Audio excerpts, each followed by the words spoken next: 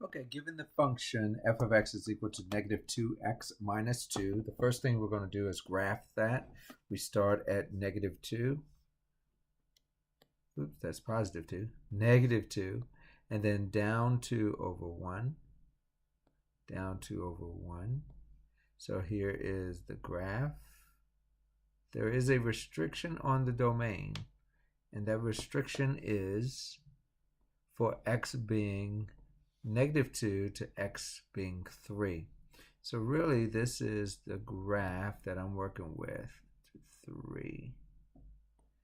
Okay, just this part of the graph. Now we can answer our questions. First, the domain. The domain is the easiest question because it's already given to you. So it's negative 2 less than x less than or equal to 3. The range goes from bottom to top. So from the bottom to the top of the graph. At the bottom, that is a negative, it looks like negative 6. So negative 6 less than or equal to y less than or equal to 3. The interval of increase. This is not increasing, so that would be none.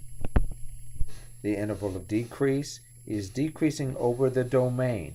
Remember we said that's the same as the range, same as the domain, the interval of increase or decrease. So that is from negative 2 less than x, less than or equal to x, less than or equal to 3. The maximum for this, look at the range for that. So when we look at the range, the maximum is 3. The minimum is negative 6. The x-intercept happens here, and that x-intercept is at the coordinate negative 1, 0. The y-intercept is here, and that y-intercept will be at 0, negative 2. Remember, you can find that algebraically by substituting a 0 for x to find the y-intercept, and for the x-intercept, substituting a 0 for y. Now the positive and negative intervals. If you remember, we find the x-intercept, which is at negative 1, and split the domain there. Now for negative 2 to negative 1, it is positive. So the positive interval is from negative 2 less than x less than negative 1. And then from negative 1 for the rest of the domain out to 3. Okay, remember the domain is to 3. It is negative.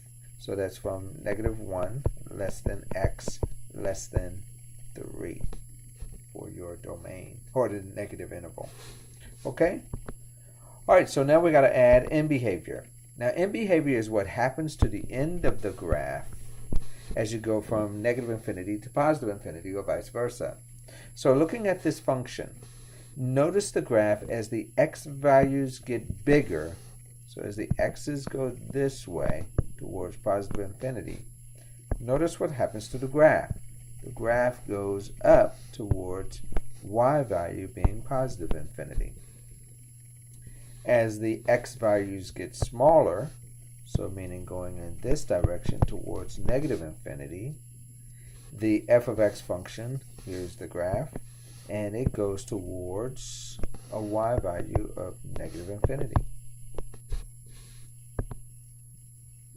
Again, let's look at the right end behavior. As x gets bigger, so as x's get bigger going this way, the y values are getting smaller, so this goes towards negative infinity. And as x gets smaller, notice that the y values get bigger towards positive infinity. Looking at a graph at 2 up 1 over 1 up 1 over 1, and it is restricted over this domain, which is continuous from 0 to infinity. Now let's look at the end behavior. What happens to the function as the graph gets closer or bigger to infinity? So as the x's get bigger, the infinity or the y values are growing towards infinity. But now let's look at left end behavior. As the x's get smaller, going in this direction, f of x approaches where we don't know. We don't know what happens on this side of the graph. So it would be none.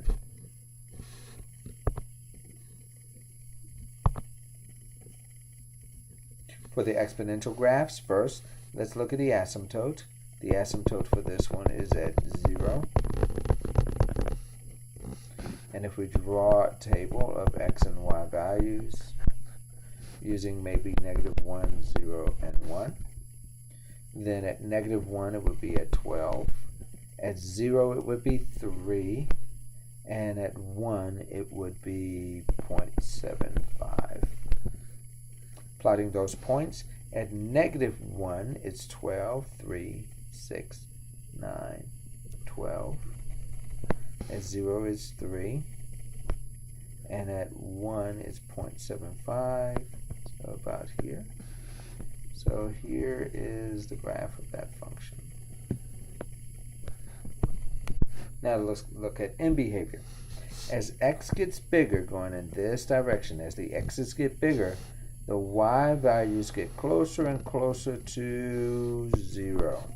It doesn't quite reach 0, but it does get closer and closer to 0. As the x's go this direction, negative infinity, the y values are getting closer and closer to positive infinity. Remember that f of x is the same as y. They're the same as y. So really what we're asking is what happens to the y values as x gets bigger? What happens to the y values when x gets smaller? There's a restriction on the domain. Actually not, because it's from negative infinity to positive infinity. The graph itself is a growth, and if I build a t-table of values, I would have -1, 0, 1 for x's, just as a suggestion. And then that would be 3 repeating, 0.3 repeating. At 0 it would be 1, and at 1 it would be 3. So at -1, the asymptote is at 0. So we can go ahead and draw that. The asymptote is at 0. So at -1 it's 0.3. At 0 it's 1. And at 1 it is 3. So here's my graph. As x approaches positive infinity, notice that the graph goes towards positive infinity. But as x goes towards negative infinity in that direction, the graph approaches 0, or the y values approaches 0. Now let's put it in context. Not quite. We're going to put everything together first. So if we go at -6 and graph this linear function by going up 3 and over 2, up 3 and over 2, there is no restriction on the domain, so we can connect these dots.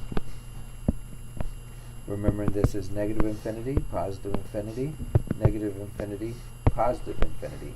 I see 2 arrows. My domain would be from negative infinity, less than x, less than infinity.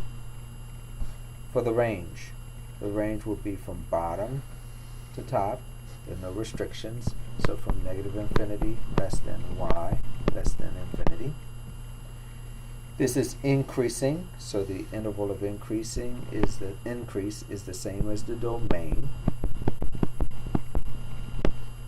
This is not decreasing, so that would be none. The maximum is none. Y values get bigger and bigger. The minimum is none. The x-intercept happens here, and that is at 4, 0. The y-intercept is here. That's at 0, -6. Now for the positive and negative intervals, we will look for the x-intercept, which happens at positive 4. So the negative interval, where everything is below the axis, x-axis, happens from negative infinity till I get to 4. So it is 0, I'm sorry, not 0. From negative infinity less than x less than 4. And from 4 to infinity, the y values are bigger than the x-axis. So that's my positive interval from 4 less than x less than infinity. Now in behavior, as x's increase, okay, go towards the left, to the right, okay?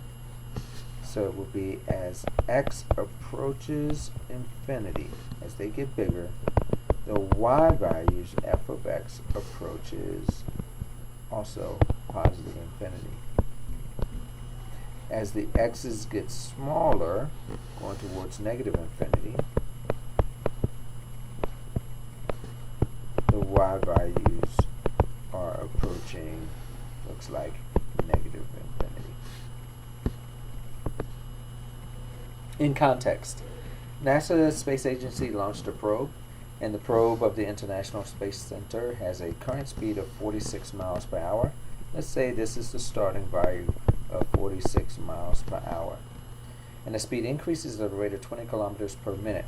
So it's going to continue to increase at 20 kilometers per minute. Again, this is just a sketch, it's not to scale. In doing so, now I can find the domain. The domain starts here, the x values, and it continues out into infinity. So it is 0 less than x less than infinity. The range goes from bottom, which is 0, up to 46. So it'll be 0 less than or equal to y less than or equal to 46. This is increasing, so it will increase over the entire domain, which is 0 less than or equal to x less than infinity. It is not decreasing, so none. There is no maximum, so max is none. There is a minimum, that minimum is at 46. There is no x-intercept, it never touches the x-axis, so that would be none. The y-intercept is here at 0, 46. The positive interval, let me erase that out. The positive interval, this thing remains above the x-axis over the entire domain. So it is the same as your domain, 0 less than or equal to x less than infinity.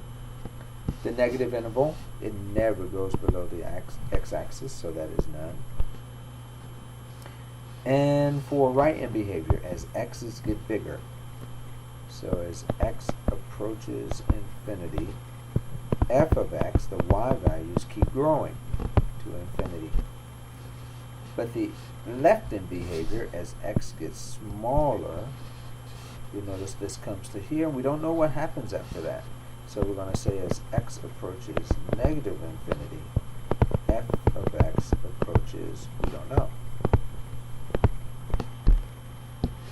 Okay. Samuel bought a car for $12,500. It's depreciating at a rate of 15% per year. So let's assume that that is $12,500. It is depreciating, so we're going to draw a sketch of a depreciation. The domain. The domain values will be from x being 0 all the way out to infinity. So 0 less than or equal to x less than infinity. The range is from bottom to top. So it is 0 less than or equal to y. Actually not less than or equal to, but just less than y less than 12,500. Interval of increase. This is not increasing, so it would be none.